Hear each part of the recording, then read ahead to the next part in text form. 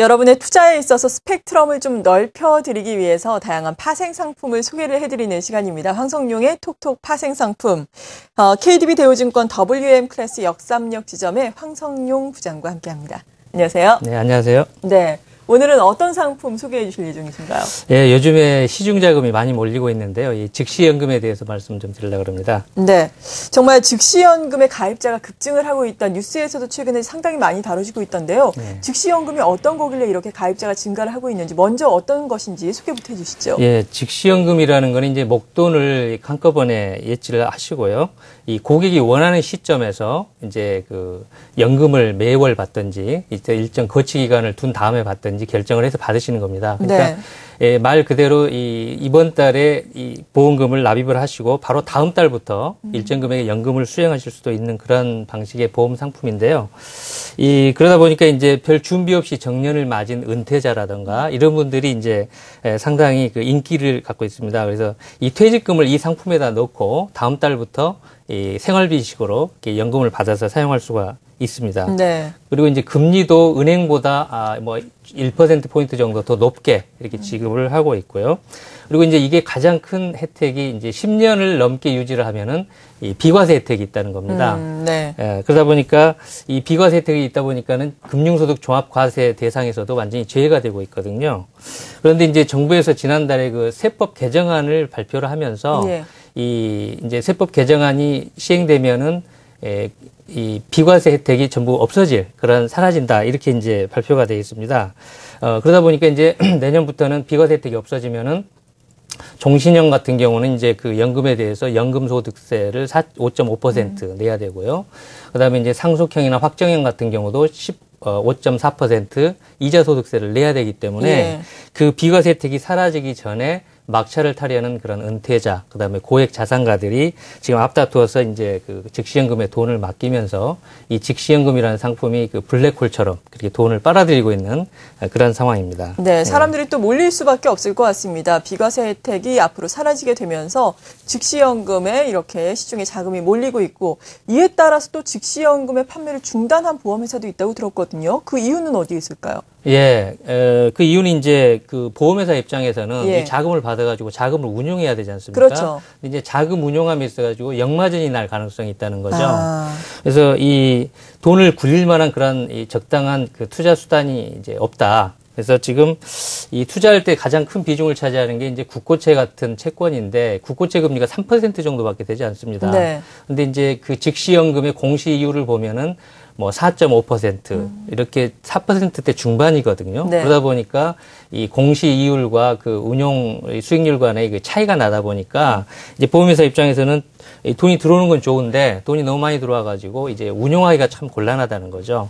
그러다 보니까 이 보험사들이 이제 즉시연금의 그 공시 이율을 낮추는 등 그런 리스크 관리를 하고 있고요.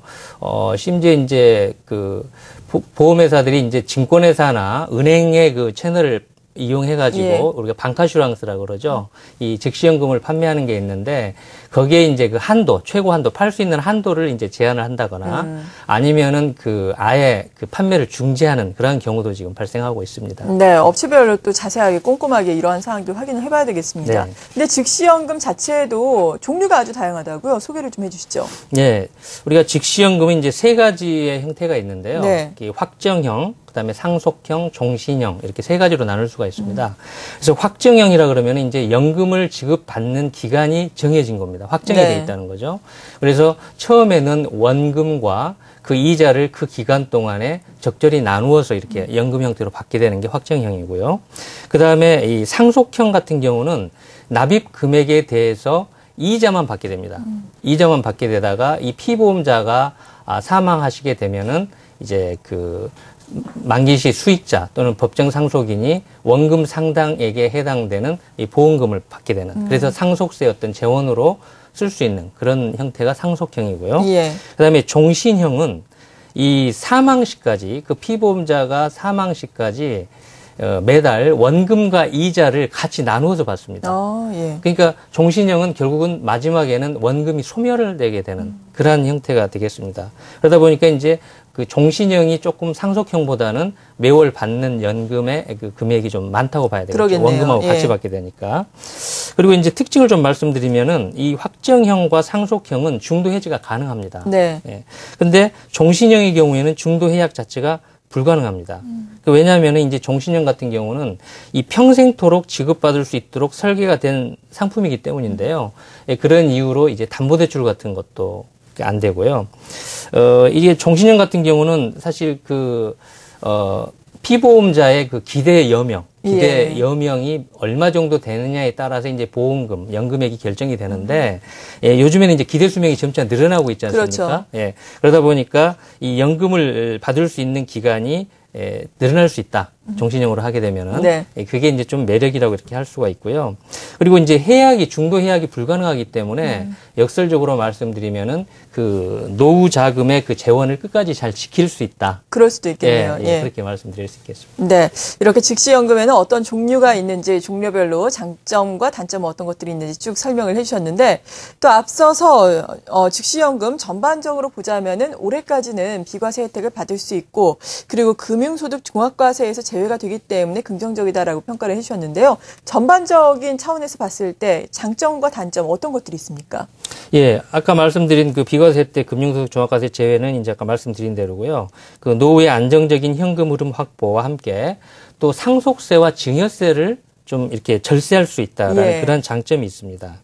그리고 이제 은행의 그 정기예금 금리보다 1%포인트 정도 이제 그 높은 금리를 제공하고 또 이 복리 효과, 복리로 운용이 되기 때문에 안정적으로 이 수익을 추구할 수 있다. 그리고 또 한 가지 특징은 이 최저 보증 이율이라는 게 있습니다. 네. 그래서 이 보험회사마다 조금씩 틀리긴 하지만 1.5에서 뭐 3% 정도까지의 그 최저 보증 이율이 있어가지고 시중금리가 아무리 떨어져도 그 최저 보증 이율은 보장해준다라는 이야기죠.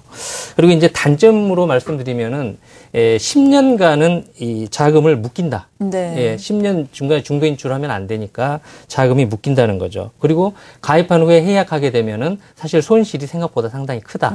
그래서 이 목돈이 필요하신 분들이라든가 그다음에 유동성을 가지고 사업을 해야 되는 그런 자영업자 같은 경우는 자기가 있는 돈을 전부 다 직시연금에 넣는 거는 맞지 않을 것 같고요. 그럴 수 있겠네요. 돈이 생기더라도 일정 금액만 가입하는 게 바람직할 것 같습니다. 그래서 네.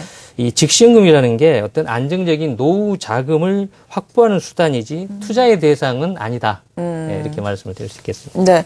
그리고 상속세와 증여세를 줄일 수 있다라고 앞서서 설명을 해주셨는데 예. 좀 자세하게 예를 들어주신다면 좋을 것 같아요. 예. 우리가 이제 이 직시연금도 마찬가지입니다만 이제 계약자가 있고 피보험자가 있고 수익자가 있습니다. 그래서 이제 예를 들자면 계약자가 부모예요. 네. 그 다음에 피보험자를 자녀로 하고 그 다음에 수익자가 부모였단 말이죠. 근데 부모가 돌아가셨어요. 사망을 하실 경우에는 그게 이제 상속이 됩니다. 네. 그 자녀한테 상속이 되겠죠. 그래서 자녀한테 상속이 되는데 그 금액, 상속 가액을 계산할 때 그 피보험자인 자녀의 그 기대 여명, 그러니까 앞으로 몇 년 정도를 더 살 수 있겠느냐. 그거가 이제 그 통계청에서 나온 기대 여명이 있습니다. 네. 그래서 그거에 의해서 그 기간 동안 받을 걸로 예상을 하고 예를 들면은 뭐 23년이다. 그러면 앞으로 23년간 받을 그 연금의 현금 흐름을 현재 가치로 할인을 합니다. 미래에 받을 거를 현재 가치로 할인을 하는데 중요한 거는 그 할인율이 현재 국세청에서 고시한 이율이 6.5%라는 거죠. 그러니까 6.5%면 지금 금리에 비해서 상당히 높은 거죠. 그렇죠. 지금 뭐 한 3%, 4%대인데, 그러니까 할인 이율이 높다는 의미는 그만큼 할인을 더 많이 해서 그 상속 가액이 줄어든다는 의미가 됩니다. 예. 그래서 그러다 보니까 원래 그 보험금 처음에 넣은 건 10억이었는데 할인을 하다 보니까 뭐 8억이 된다던가 7억이 된다던가 이런 식으로 해서 그 상속 가액이 자체가 줄어들어서 상속세를 조금 내는 부분이 있고요. 또 한 가지는 그 기대 여명 23년간 살 수 있다라고 이 통계청에서 계산이 나와 있는데 만약에 더 산다 이 사람이 앞으로 이제 평균 수명이 늘어나니까 그렇죠. 그러면 추가적으로 더 사는 부분에 대해서는 아예 세금을 안 내는 거하고 똑같은 그런 효과가 있는 겁니다. 네. 그래서 우리가 이제 그거를 6.5%로 정기금 할인 평가를 한다 이런 말을 씁니다. 네. 예. 이렇게 저희가 즉시연금의 모든 것을 좀 알아보고 있는 상황인데요. 즉시연금을 혹시 가입할 때 주의를 해야 할 사항은 어떤 것들이 있을까요? 예, 이 즉시연금은 중요한 게 이 공시이율의 적용을 받습니다. 예. 근데 그 공시이율이라는 게 이 매월 초에 공시를 하게 돼 있습니다. 그러다 보니까 처음에 가입할 당시에는 뭐 공시이율이 뭐 4.6%였는데 다음 달에 공시이율이 떨어진다던가 이렇게 바뀔 네. 수가 있다는 거죠. 그렇게 되면은 공시율이 떨어지면은 그만큼 내가 매달 받게 되는 연금액이 줄어들게 되는 거죠. 그러니까 공시율에 따라서 앞으로 이 받게 되는 연금이 줄어들 수 있다. 근데 그럼 그걸 어떻게 해결하느냐? 이제 금리가 떨어진다는 의미지 네. 않습니까? 그럴 경우에 요즘에 이제 그 국고채 30년 만기 국고채라든가 이런 장기 채권을 삽니다. 예. 그러면 금리가 떨어지면 장기 채권은 그 매매 차익이 많이 발생을 하게 되는 거죠. 그래서 해지를 할 수가 있다는 거죠. 예. 여기 연금에서 줄어드는 만큼을 채권의 수익으로 이렇게 해지를 할 수 있다. 이런 식으로 이제 해지를 하는 경우가 있고요. 또 한 가지는 이 연금을 다음 달부터 꼭 받을 필요가 없다. 예. 그럴 경우에는 이 거치 기간을 둬 가지고 자기가 필요한 시점에 집중적으로 그 연금을 받을 수가 있다. 그리고 이제 마지막으로 이 사업비를 봐야 됩니다. 네. 그래서 보험회사별로 사업비가 틀리기 때문에 사업비가 낮은, 그리고 요즘에 이제 방카슈랑스를 통해서 증권사나 은행에서 파는 것들은 아무래도 이제 설계사보다는 좀 사업비가 좀 낮습니다. 그래서 사업비를 체크해서 사업비가 낮을수록 이제 그 보험 가입자들이 받는 연금액이 늘기 때문에 네. 그걸 체크하시면 좋을 것 같습니다. 네, 잘 알겠습니다. 그리고 지금 말씀을 나누는 도중에 중국에서 경제 지표가 발표가 됐습니다. HSBC의 9월 PMI 속보치 지금 47.8로 발표가 됐는데요. 자세한 내용이 더욱더 들어오는 대로 전문가 연결해서 또 알아보겠습니다. 지금까지 KDB 대우증권 WM 클래스 역삼역 지점의 황성용 부장과 함께 즉시 연금에 대해서 알아봤습니다. 감사합니다. 네, 감사합니다.